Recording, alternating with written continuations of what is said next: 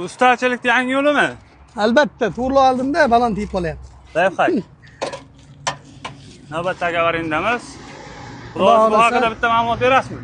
Assalomu alaykum, hurmatli kanalimiz a'zolari. 2011-yilda ishlab chiqarilgan shu holatda avariyli holatda Damas avtomashinasini olib qoldik. Olib keldik, ya'ni mashinani shu holatda birdan qiziqtirmasdan narxini aytib ketamiz. Mashinamiz shu holatida 11 million 500 ming so'mga, ya'ni olib kelishi bilan $1000 shu holatda oldik. Mashinamiz motor korobka zadnimosiga egasi javob beraman dedi.